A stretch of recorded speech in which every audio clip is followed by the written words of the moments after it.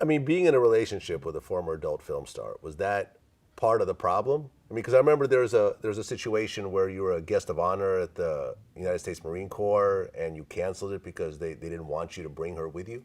That is correct, and it was just I was in love with the woman. I was in love with her, and as I went through my therapist, I come to realize that he pretty much said, you know what, Tito, you can't save your mom. And it hit me hard, man. I was like, wow, I really didn't understand it. But I mean, like I said, I was in love with the woman. She is very smart, very bright woman, beautiful. And when she started using drugs, or Oxycontin, and she was eating 80 milligrams, 3 or 4 times a day. And it was just, it became an addiction problem that I saw exact resemblance of my parents, and I don't want to lose everything I had. You got to understand, man. I live on the water in Huntington Beach. I have a beautiful mansion. I have a boat behind my house. I live on the ocean. I have a Rolls Royce Phantom. I have Porsche Panamera.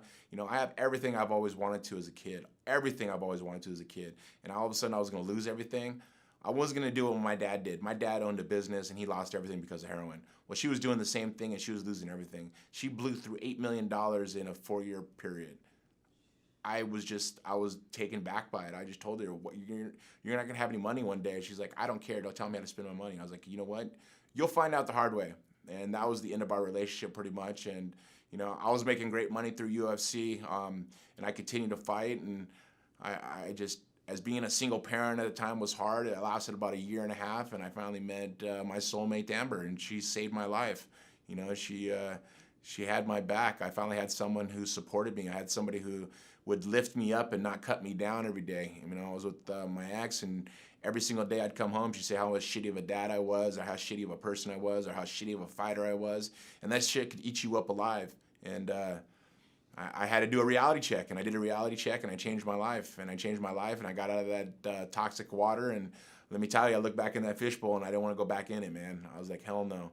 And one of my trainers, Jason Perillo, who's with me here in New York, and we'll do training after our interview, but I train while I'm here for the next couple days, but he told me, go get your soul out of her purse, and I kind of heckled about it. I laughed. I was like, dude, shut up. He's like, no, seriously, dude, you're a different person right now.